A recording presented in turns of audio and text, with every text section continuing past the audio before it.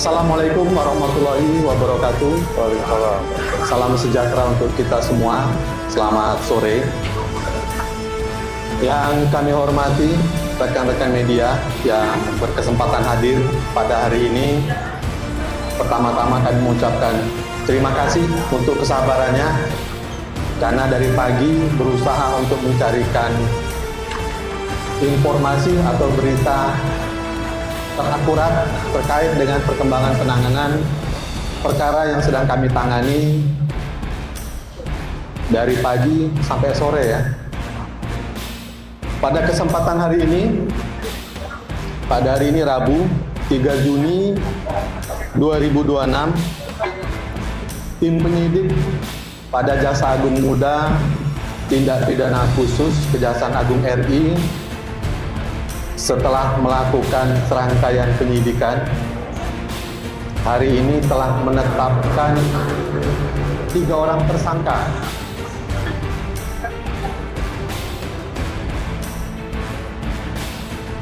dalam perkara dugaan tindak pidana korupsi, penyimpangan tata kelola program makan bergizi gratis atau MBG pada Badan Gizi Nasional atau BGN pada tahun 2025 sampai dengan tahun 2026. Selanjutnya kami persilakan kepada Bapak Direktur Penyidikan untuk menyampaikan perkembangan terhadap kasus yang sedang ditangani. Kami persilakan.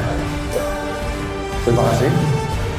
Terima kasih pada teman-teman media semua, bahwa pada hari ini, Rabu, tanggal 3 Juni 2026, berdasarkan surat perintah Direktur Penyidikan, tanggal 29 Mei 2026, perihal penyidikan perkara dugaan tindak pidana korupsi, tata kelola program makan bergizi gratis atau MBG pada Badan Gizi Nasional tahun 2025 sampai dengan tahun 2026.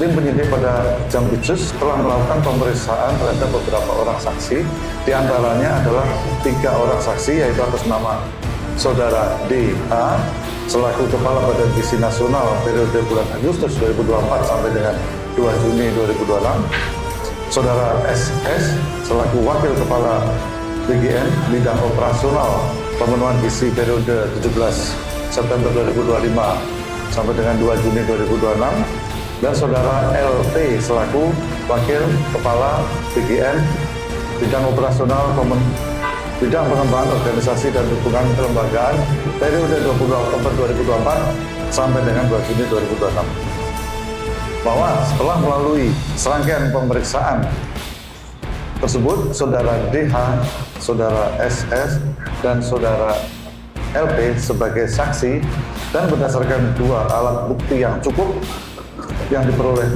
tim penyidik, maka tim penyidik menetapkan Saudara DH selaku Kepala Badan Gizi Nasional, Saudara SS selaku Wakil Kepala Badan Gizi Nasional Bidang Operasional Pemenuhan Gizi, dan Saudara LP selaku Wakil Kepala BGN Bidang Pengembangan Organisasi dan Dukungan Kelembagaan sebagai tersangka dalam penyidikan dugaan tindak pidana korupsi tata kelola program makan bergizi gratis pada Badan Gizi Nasional tahun 2025 sampai dengan tahun 2026. Dengan kasus posisi singkatnya adalah sebagai berikut. Bahwa sejak tanggal 6 Januari 2025, pemerintah telah melaksanakan program makan bergizi gratis atau disingkat MBG yang merupakan program prioritas nasional yang diselenggarakan melalui Badan Gizi Nasional dalam bentuk pemberian makan bergizi secara gratis dengan tujuan pemenuhan angka kecukupan gizi atau AGG anak sekolah dengan total anggaran tahun 2025 sebesar 85,27 triliun dan tahun 2026 sebesar 268 triliun yang bersumber dari APBN. Bahwa program MBG tersebut seharusnya dikelola oleh yayasan-yayasan pada setiap sekolah. Namun pada faktanya, yayasan-yayasan yang ditunjuk sebagai mitra SPPG merupakan yayasan yang dijadikan sarana untuk kejahatan dan terafiliasi dengan pejabat atau pegawai BGN yang tidak memenuhi syarat untuk menjadi mitra SPPG.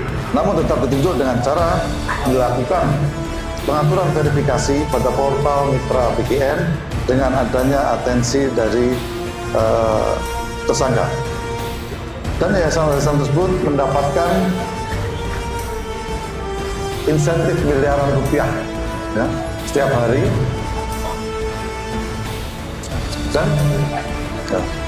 Dan yayasan-yayasan tersebut terafiliasi diantaranya dimiliki oleh saudara DH, saudara SS, dan saudara LP. Bahwa selain menggunakan yayasan yang terafiliasi tersebut, saudara DH bersama-sama dengan saudara SS dan saudara LP dalam melakukan proses pengadaan baik barang dan jasa di BGN secara melawan hukum, melakukan intervensi kepada PPK, sehingga dalam penyusunan KAK pengadaan barang dan jasa pada BGN tidak disusun sesuai kebutuhan real di lapangan dan adanya markup harga pengadaan, sehingga terjadi kerugian yang tidak mendukung operasional pelaksanaan MBG. Di antaranya, 1.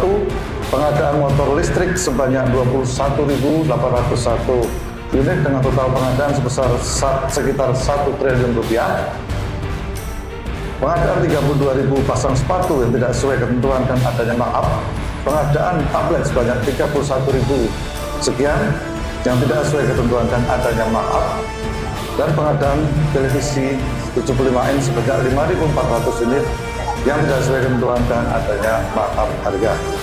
Bahwa terhadap perkara tersebut telah mengakibatkan kerugian keuangan negara.